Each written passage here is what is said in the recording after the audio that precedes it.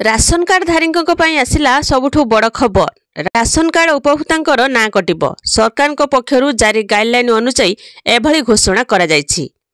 ते ration card रे अनेक सरकारी सुविधा मिलुथिबा बेले किछि धनी श्रेणी लोके चंचकता करी राशन कार्ड हातेइछंती। तेबे मागणा चाउल गहम आउ पाइबाकू सक्षम हेबे नहीं, कारण सरकार पक्षरु किछि गुरुत्वपूर्ण कार्यक्रम नेबाकू परामर्श दिया जायछि। सरकार परामर्श को अणदेखा कले आगामी दिन में चिन्हट होइथिबा हिताधिकारी राशन कार्ड कटिजिब। राशन कार्ड धारक तुरंत ई-केवाईसी करिनियंतु। राशन कार्ड रे पंजीकृत समस्त सदस्यों पई ई-केवाईसी को बाध्यतामूलक करा जायछि, जहा फल प्रकृत हिताधिकारी केउमाने एवं केउमाने सरकार को सुविधा पाइबाकू योग्य ताहा जणा पड़िबो। समस्त राशन कार्ड धारीकों पई ई-केवाईसी कार्य करिबा बाध्यतामूलक करा जायछि। जदि केवाईसी करा न जाए तेबे राशन कार्ड रु ना कटिब।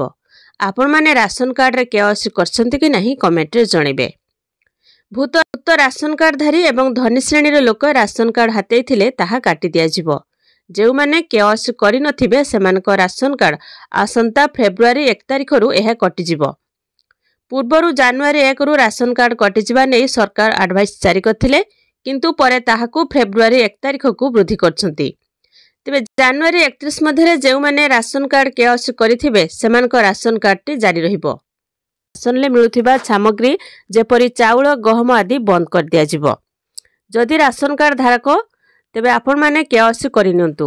जनवरी 31 मध्य रे आपण मानकू केवाईसी करिनबाकू पड़िबो, नचेत आपण मानकर राशन कार्ड टी कटि जिवो। आउ सबुठु खास कथा है जे राशन कार्ड रे ई-केवाईसी समय रे ना जोड़िबा किंबा ना काटिबा तथा संशोधन करिबा भली कार्य करि हेबो। फल राशन मिलवा समय रे कोनोसी समस्या रहिबो नहीं।